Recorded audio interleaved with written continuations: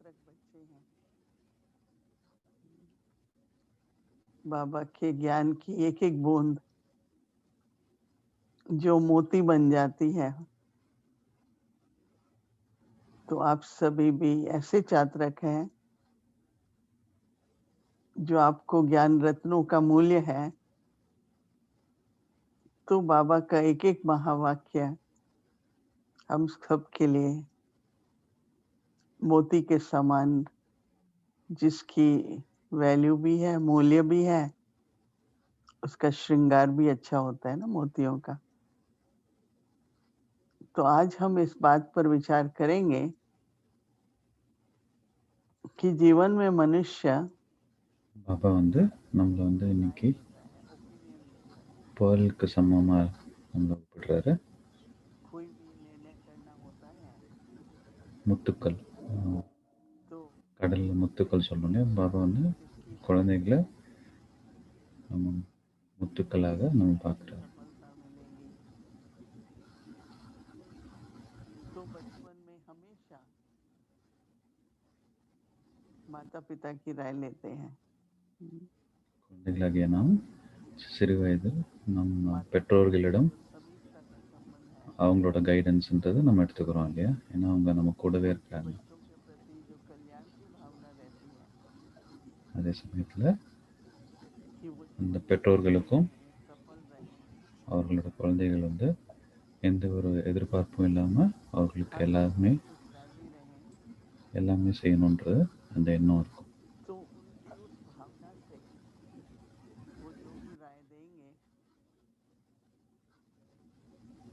जिससे हम अपनी जीवन में सुखी रहें। तो इसलिए पहले माँ बाप की राय होती है, पर उसमें भी हर एक आत्मा अपना संस्कार कहें, अपना पाठ लेकर के आई है। तो हमें अंदर में हमारा जो पार्ट है उसकी भी आवाज कहें, राय कहें सुनाई पड़ती है। எப்படி வந்து பெற்றோர்கள் அவங்க குழந்தைங்களுக்கு क्या करना है, அந்த அந்த பாதைன்றது அமைச்சு கொடுக்குறாங்க. குழந்தைங்களுக்கு எது நல்லதோ அதை வந்து राय அவங்க माननी குழந்தைங்களுக்கு அந்த சூழ்நிலையை ஏற்படுத்தி கொடுக்குறாங்க. और पाठ मुझे बजाना है। அதே சமயத்தில் பார்த்தோம்னா நம்ம குழந்தைங்களும் ऐसे ஒவ்வொரு குழந்தையும் हर माता पिता यही सोचता है। வெவ்வேறு விதமான குணங்களோட அந்த ஆத்மான்றது पहले இருக்கு होता இல்லையா? था कि ऐसी पढ़ाई ஸோ அந்த ஆத்மாக்கும் அவங்களோட வழின்றது அவங்களோட புரிதல்ன்றது இருக்கும். जीवन அது மூலிமா அவங்களோட அந்த அவங்களோட ஐடியாஸும் இருக்கும் और இல்லையா? आजकल सोचते हैं ऐसी पढ़ाई पढ़े कि कमाई जल्दी से அதன் மூலமாகவும் कमाई हो, அவர்களுக்கும் அந்த முன்னேற்றம்ன்றது ஏற்படும். तो आजकल जहाँ जहाँ जिस जिस प्रकार की जॉब होती है या करियर होता है वैसी ही वो राय देंगे शिक्षा के लिए।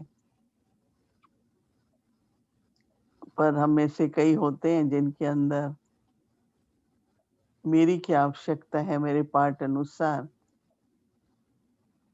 मुझे वो शिक्षा लेनी है। நாமளும் நம்மளோட இந்த ட்ராமா பாட்டில் நம்ம எவ்வாறு நமக்கு அந்த பாட்டு அமைஞ்சிருக்கோ அதற்கேற்றாற்போல் நம்ம இந்த பாட்டுன்றதை நம்ம ப்ளே பண்ணிகிட்டு இருக்கோம். हर बच्ची को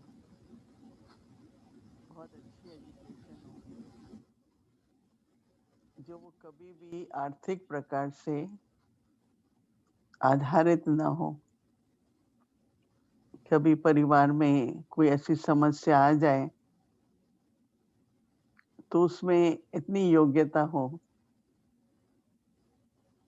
कि वो आर्थिक व्यवस्था को संभाल सके। तो इसलिए पढ़ते थे। जब ब्रह्मा बाबा के पास मैं आई तो இது बाबा வந்து அவங்களோட லௌகிகத்தில் நல்லா படிப்புன்றது அவங்களுக்கு கிடைச்சது. क्या करना है, पीछे படிப்புன்றது ஒரு ரொம்ப முக்கியமானதாக இருந்துச்சு. ஏன்னா क्या जाना है। அதன் மூலமாக முன்னேறத்துக்கான அது ஒரு வழிவகுக்குது இல்லையா? कई बच्चियां பாபாவிடம் வந்ததுக்கப்புறம் ज्ञान में आई तो उसके बाद தீதி வந்து பாபாவிடம் வந்துட்டாங்க. தீதி வந்து ஸ்கூல் வரைக்கும் படித்தாங்க. பாபா கிடைச்சதுக்கப்புறம்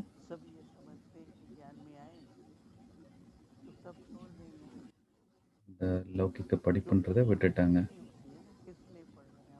ஏன்னா வந்ததுக்கப்புறம் தீதிக்கு அந்த படிப்பின் மேலே இருந்த அந்த இன்ட்ரெஸ்ட்டும் வந்து குறைஞ்சிடுச்சு. ஏன்னா பாபா என்ன விதமான படிப்பு நமக்கு உயர்ந்த படிப்பை சொல்லி கொடுக்குறாரு.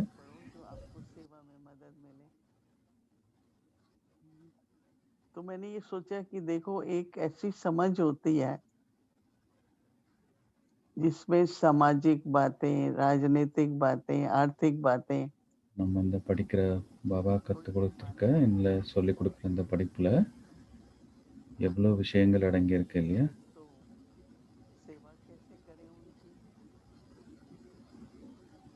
எல்லா விதமான படிப்பும் உலகத்தில் இருக்கிற எல்லா விஷயமும் வந்து அந்த படிப்பில் அடங்கிடுது இல்லையா?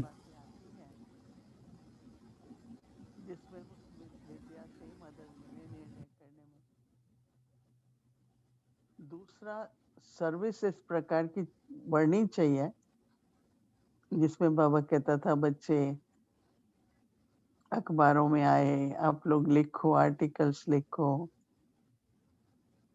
तो उस आधार पर मैंने राजनीति,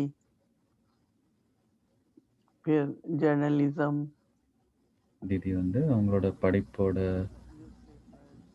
அவங்க படித்த படிப்பின் மூலம் பாபாவோட சேவையில் நிறைய அவங்களோட சேவையில் நிறைய ஜேர்னல்ஸ்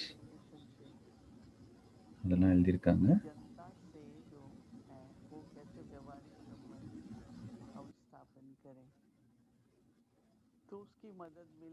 ஆர்டிகல்ஸ் மற்றும் ஜேர்னல்ஸ்லாம் வந்து தீதி வந்து பாபாவோட சேவைன்றதை செஞ்சாங்க. பெரிய பெரிய நியூஸ் பேப்பர் ஆஃபீஸ்க்கெலாம் வந்து தீதி சென்றாங்க.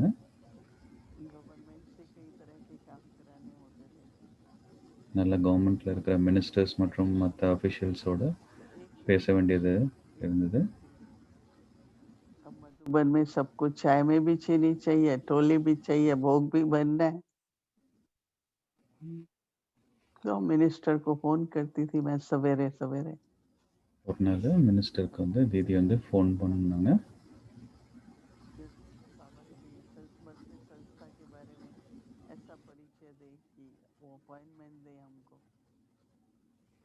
மினிஸ்டரிடம் வந்து அவங்க ஃபோன் பண்ணி அப்பாயின்மெண்ட் கேட்டாங்க.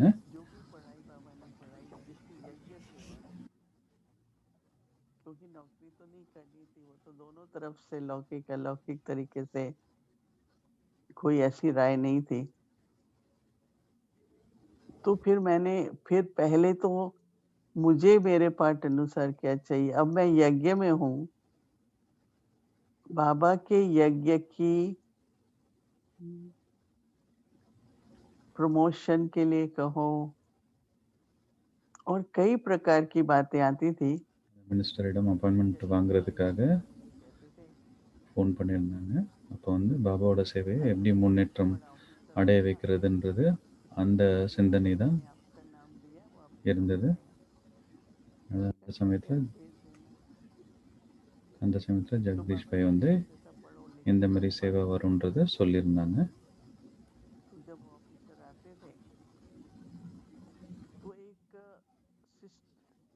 जिसको कहते हैं ना एजुकेशनल मैनर्स भी एक चीज होती है ना, आप कैसे बात करते हैं, कैसे अपनी संस्था। இப்போ அந்த மாதிரி கவர்மெண்ட்லேருந்து ஒரு முக்கியமான நபர் வந்து நம்ம மீட் பண்ணுறோம் அப்படின்னா நம்ம அதுக்கேற்றாறு போல் நம்மளோட பழக்க வழக்கங்களும் மிகவும் உயர்ந்ததாக நல்ல படித்தவர்களோட அந்த பழக்க வழக்கங்கன்றது இருக்க வேண்டும் இல்லையா?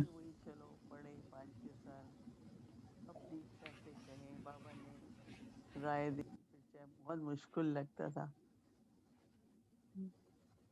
फिर भी 6-7 साल तक पढ़ते रहे, परंतु साथ साथ सेवा में भी हर तरह से அதுக்கப்புறமும் படிக்கிறதுக்கு நிறைய படிப்புன்றது அதுக்கு தொடர்ந்தும் பண்ணாங்க. ஒரு 5-6 வருஷம் படிப்புன்றது தொடர்ந்து பண்ணாங்க. அதே சமயத்தில் சேவையிலையும் வந்து ஈடுபட்டிருந்தாங்க.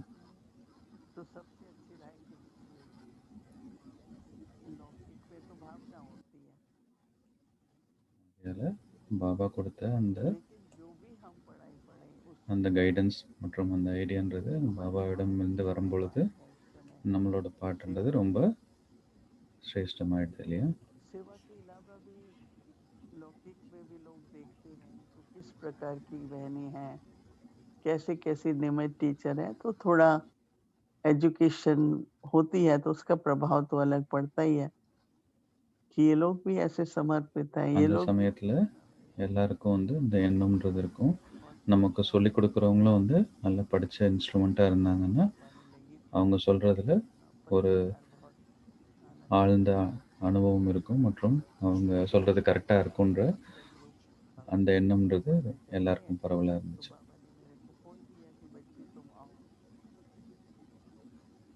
अच्छा मैं उस समय सिर्फ 22 साल की थी पर मैं गई वहां पर क्योंकि वो लोग जिस तरह से प्रश्न पूछते हैं तो थोड़ा सा मदद मिलती है, जो समझ है लौकिक पढ़ाई है उसके हिसाब से जवाब देते हैं। तो बाबा ने राय दी और पार्ट में समझ आ गई क्योंकि बाबा शुरू से मुझे कहता था बच्चे तुमको विदेश भेजूंगा। मैंने कहा मैं तो नहीं जाऊंगी। தீதி வந்து இந்த படிப்பு அனுபவம் இருந்ததுனால எந்த வித கேள்வி வந்தாலும் அதில் வந்து அவங்க சிறப்பாக நல்ல பதில் சொல்கிறதுக்கு ரொம்ப உபயோகமாக இருந்துச்சு இந்த படிப்பு. அப்போ பாபா வந்து தீதியை வந்து அவங்க படிச்சிருக்கிறதுனால அவங்களுக்கு வந்து வெளிநாட்டில் இருக்க சேவாக்கும் அனுப்புறன்றது அவங்க பாபா அந்த எண்ணம்ன்றது வச்சுருந்தாங்க. हमेशा लोग कहते हैं पहले माता पिता की राय होती है फिर टीचर की होती है। और हमारे लिए तो अच्छा है कि एक ही बाप है वही टीचर है।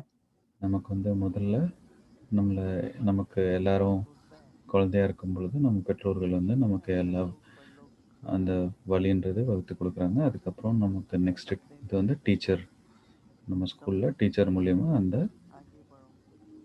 படிப்புன்றது நமக்கு கிடைக்குது இல்லையா?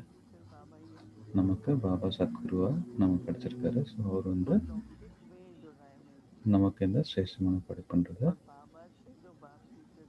கொடுத்துருக்காரு. तीनों संबंधों की जो राय है उससे हमारी जीवन श्रेष्ठ बनती है, सफल बनती है। और कभी भी मेरे को ये आदत नहीं बनी कि अपने जीवन के निर्णय के लिए मैं दूसरों से राय लूं। ईश्वरी कार्य है तो सबकी राय लेते हैं जैसे सबको लगे हमारा कार्य है, परंतु व्यक्तिगत जीवन के लिए मैं कभी भी किसी से ओपिनियन नहीं लेती क्योंकि बाबा श्रीमत दे रहे हैं ना। பாபாவோட कई लोग होते हैं कितनों से पूछेंगे हमें क्या करना चाहिए, हमें क्या ஒரு சேவைன்னு வரும்பொழுது பாபா வந்து நிறைய ஐடியாஸ் இருக்கும் இல்லையா? ஆனால் நம்ம வந்து ஒரே ஒரு பாபா சொல்கிற அந்த ஸ்ரீமத்தின் படி நமக்கு என்ன சரியான அந்த கைடன்ஸ்ன்றது கிடைக்குதோ அதை தான் நம்ம வந்து எப்பயுமே ஃபாலோ பண்ணியிருக்காங்கன்றது தீதி சொல்கிறாங்க. லௌகிக்கத்தில் நிறைய பேர் விதவிதமாக அவங்களோட ஒப்பீனியன்றது கொடுப்பாங்க. ஆனால் நம்ம பாபாவுக்கு வந்ததுக்கப்புறம் பாபாவோட டைரெக்ஷன்ஸை நம்ம ஃபாலோ பண்ண ஆரம்பிக்கிறோம். जीवन में अगर हमें राय मिलती है पर मेरा लक्ष्य क्या है,